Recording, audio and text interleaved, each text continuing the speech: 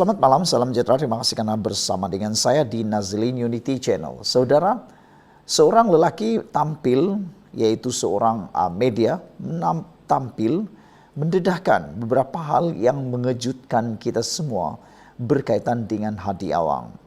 Selepas muktamar PAS selesai, ada beberapa dapatan yang diperoleh yang dikatakan oleh penulis media ini.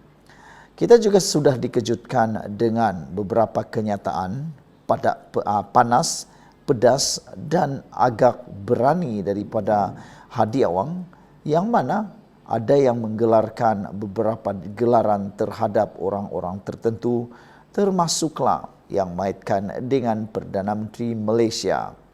Selain itu, tindakan Hadi menyatakan bahawa ingin menarik pengundi bukan Melayu dan bukan Islam juga telah mengejutkan para penganalisis politik. Ramai yang mengatakan bahawa adakah dengan itu Hadi mengakui bahawa Malaysia ini adalah negara yang berbilang kaum. Adakah dengan itu Hadi juga telah mengisytiharkan bahawa PAS tidak akan menang dan tidak akan ke mana-mana selagi mereka tidak membuat hati yang terbuka untuk menerima bahawa kaum dan bangsa dan agama lain juga perlu disantuni dan bukan hanya dengan retorik Melayu semata-mata. Lelaki ini tampil menyatakan rahsia yang anda mungkin tak pernah tahu berkaitan dengan PAS dan Hadi Awang. Beliau kata, sudah serik undi PAS, takkan lagi ... dipetik daripada Harapan Daily. Muktamar PAS ke-69 sudah pun melabuhkan tirai. Banyak perkara dibangkitkan di dalam sesi ini yang berlangsung di IDCC Shah Alam.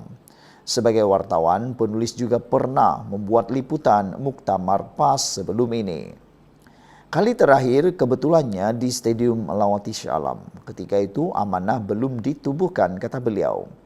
Satu perkara yang menyebabkan penulis terpanggil untuk mengulas Muktamar PAS pada kali ke-69 ini adalah hasad mantan Ketua Pemuda Ahmad Fadli Sari dan Presiden PAS Tan Sri Abdul Hadi Awang yang mahukan partinya berusaha mendapatkan undi bukan orang Melayu. Sebelum pembaca melabel dengan segala macam tohmahan dan fitnah, penulis seorang pengundi berdaftar di kawasan pilihan raya yang tidak ditandingi oleh DAP dan tidak menganggotai parti politik. Penulis pengundi bukan Melayu, bukan Islam yang pernah memangka X untuk calon PAS sebelum ini. Dari kefahaman politik yang terhad, PAS dan PN sudah pun berjaya memenangi undi masyarakat Melayu. Buktinya, kerajaan PN di Perlis, Kedah, Kelantan dan Terengganu. Ya, adalah diakui 20% undi masyarakat India dalam pilihan raya di 6 buah negeri diperoleh oleh PN dan PAS. Walau bagaimanapun jumlah tersebut sangat kecil kerana jumlah penduduknya kecil. Undi masyarakat Cina masih kukuh di blok PHBN. Buktinya, semasa pilihan raya negeri membabitkan 6 negeri, DAP kalah di 1 kerusi sahaja. Selagi mana PAS dan PN menggunakan masyarakat bukan Melayu dan bukan Islam sebagai bogemen, untuk mengukuhkan undi blok Melayu, anda boleh lupakan undi bukan Melayu. Bogemen ialah perkataan bahasa Inggeris yang merujuk kepada sesuatu yang digunakan untuk menakutkan pihak tertentu. Ketika mendapat sokongan masyarakat bukan Melayu dan bukan Islam, tiada perkara berkaitan masyarakat tersebut diperjuang oleh PAS. Selagi PAS membisu dan tidak mengangkat isu masyarakat tersebut, bagaimana mungkin undi boleh diberikan kepada parti itu? Kafir, bangsat, Zionis merupakan perkataan yang digunakan oleh ahli parlimen PAS terhadap ahli parlimen bukan Melayu, bukan Islam dalam Dewan Rakyat baru-baru ini. Jika sesama ahli parlimen pun dah begini, bagaimana mahu mendekati masyarakat bukan Melayu, bukan Islam? Bila pemimpin PAS menggunakan perkataan sedemikian, penyokong PAS pun mengambil contoh tersebut. Peribahasa guru kencing berdiri, murid kencing berlari secocok dengan penyokong PAS yang menuruti apa sahaja yang dilakukan pemimpin mereka. Sebelum mendambakan undi bukan Melayu, PAS sepatutnya bermuhasabah. Buat masa ini, PAS tidak layak memperoleh undi masyarakat bukan Melayu, bukan Islam di Malaysia. Penulis sudah sering mengundi PAS. Takkan sekali kesalahan ini diulang lagi. Sekian dulu untuk kali ini. Jangan lupa tinggalkan komen Anda, sila tekan butang subscribe. Kita jumpa lagi. Bye-bye.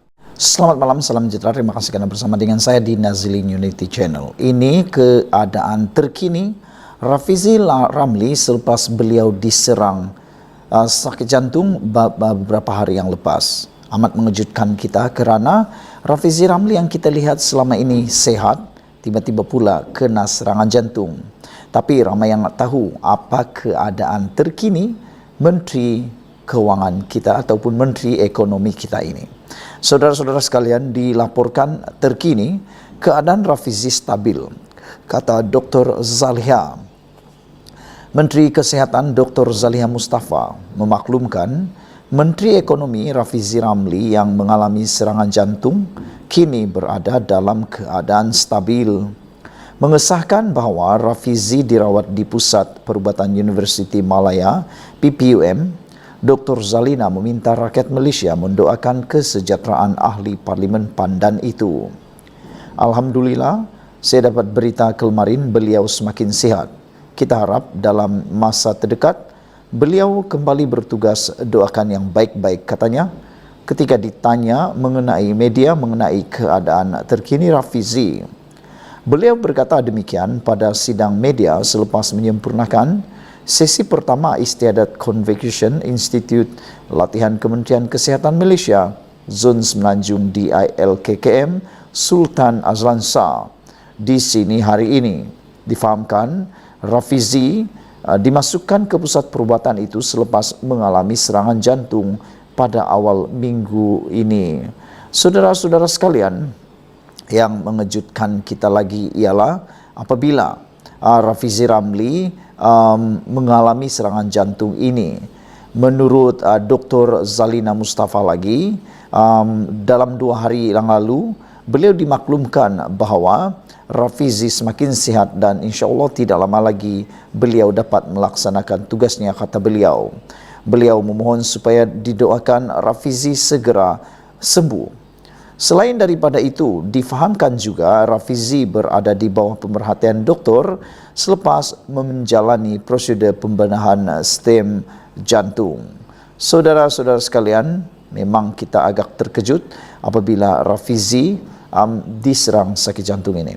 Namun demikian, janganlah sampai anda atau sesiapa pun cuba mengaitkan sakit yang dialami Rafizi ini dengan tugasan beliau sebagai Menteri Ekonomi, kerana ada juga yang cuba-cuba untuk mengaitkan serangan jantung itu dengan tugas beliau. Kita tak tahu bila masa kita pula yang akan sakit dan jangan pula anda nanti kena dan menyesal. Sekian dulu untuk kali ini. Jangan lupa tinggalkan komen anda, sila tekan butang subscribe. Malaysia kita punya, kita jaga sama-sama, cintai Malaysiaku. Bye-bye.